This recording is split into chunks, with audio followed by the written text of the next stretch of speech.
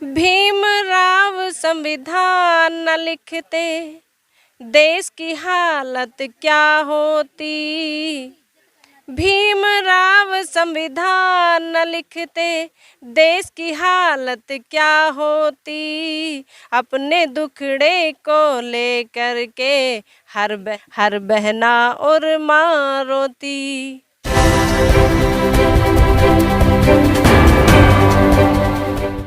मैं रोशनी और आप देख रहे हैं रोशनी की रिपोर्टिंग। इस वक्त मैं हूँ इगरा गांव में। यहाँ पे आप देख सकते हैं पीछे बैनर में लिखा है 5 दिवसीय विशाल बुद्ध कथा का आयोजन किया गया था। और इस आयोजन में जो बौद्धाचार्य सूरज राही जी अपने धम्म गाथा के माध्यम से लोगों तक आसान शब्दों में धम्म की बातें पहुंचाने का काम करते, उन्हीं का सहयोग कर रही थी, के साथ मंच साझा कर रही थी। ये हमारे साथ जुड़ चुकी है।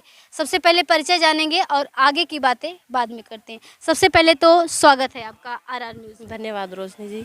मैं आपको लगातार देख रही थी कि आप यहाँ पे बौद्धाचार्य जी का मंच साझा कर रही थी। सबसे पहले तो आपका परिचय जानना चाहेंगे। मेरा नाम रजनी सिंह बौद्ध है और मैं मुरादाबाद से हूँ। हेल्थ डिपार्टमेंट में कार्य एक बेसिक हेल्थ वर्कर के रूप में कार्य करती हूँ। अच्छा, आप हेल्थ वर्कर, कहीं ना कहीं ये स्वास्थ्य विभाग से जुड़ी हुई हैं। आप यदि स्वास्थ्य विभाग से जुड़ी हुई हैं तो आप इस गीत गायन की लाइन में कब से आई?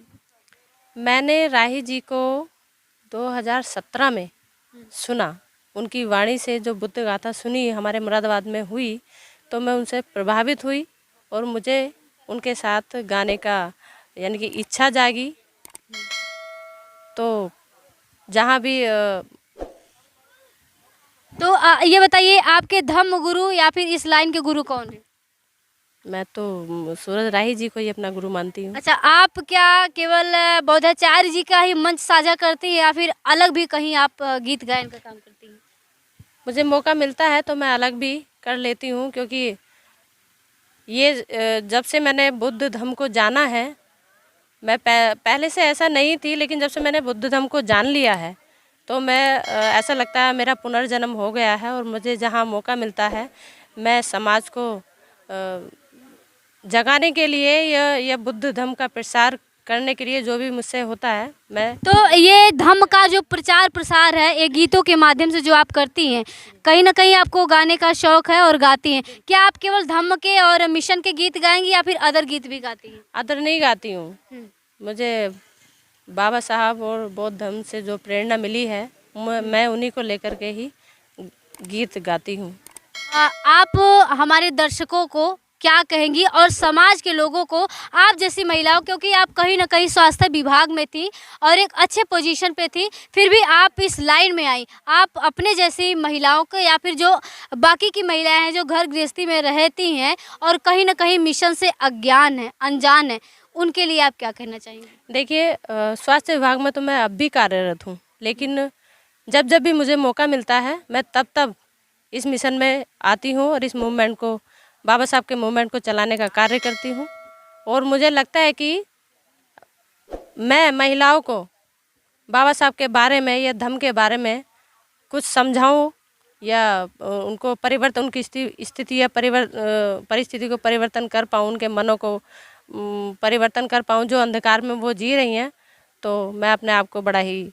अच्छा, चलिए, आप महिलाओं को, समाज की महिलाओं को क्या संदेश देना चाहेंगी? मैं ये संदेश देना चाहती हूँ कि जो महिलाएं घर में रहकर अपना जीवन यापन कर रही हैं, जिन्हें धम्म और बाबा साहब के बारे में नहीं पता है, वो बाहर निकलें और ढोंग और पाखंड से मुक्त हो जाएं और एक रोशनी भरा जीवन पाएं।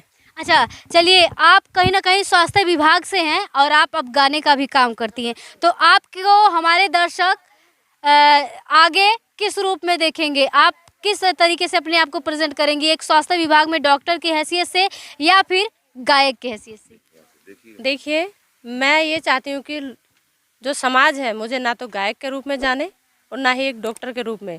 मैं चाहती हूँ कि समाज मुझे एक बाबा साहब के अनुयायी के रूप में जाने और मैं उनके विचारों को घर घर पहुंचाना चाहती हूँ। चलिए, गानों के माध्यम से पहुंचाती हैं आप, तो हमारे दर्शकों को एक गाना आप गुनगुना दीजिए, क्योंकि हमने देखा है कि आपके गाने पे महिलाएं कमर कहीं ना कहीं झुमका ठुमका लगा देती हैं, आप वो थिरकने पे मजबूर हो जाती है। तो आप अपने एक गाना कोई सुनाएं।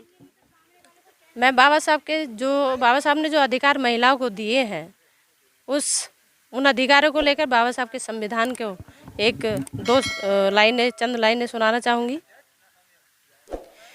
भीमराव संविधान न लिखते देश की हालत क्या होती। भीमराव संविधान न लिखते देश की हालत क्या होती। अपने दुखड़े को लेकर के हर बहना और माँ रोती। चलिए, बहुत बहुत शुक्रिया। ये रही हमारे साथ रजनी। अच्छा, एक लास्ट सवाल करेंगे, यदि आपसे कोई कार्यक्रम करवाना चाहे तो कैसे होगा?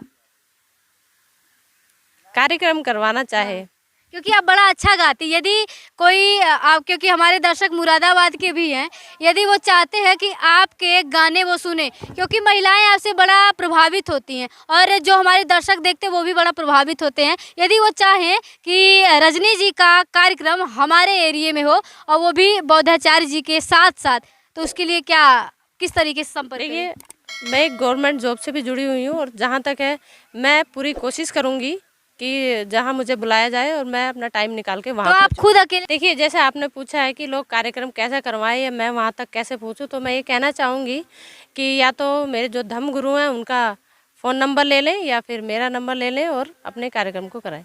चलिए, बहुत बहुत शुक्रिया। ये रही हमारे साथ रजनी बौद्ध जी, जिनके गाने पे महिलाएं थिरकने पे मजबूर हो जाती हैं। तो यदि आप चाहते हैं इनके गाने, इनके कार्यक्रम आपके गांव में भी हो, तो इन्होंने कॉन्टेक्ट नंबर डिस्प्ले हो रहा होगा स्क्रीन पे और डिस्क्रिप्शन बॉक्स में भी है, आप एक बार देखें और ऐसे कार्यक्रम करवाएं और ऐसी महिलाएं जो बाहर निकल के आ रही हैं, और भी ऐसी महिलाएं इनके जैसी बाहर निकल के आए, ऐसा प्रयास कर रही हैं। धन्यवाद।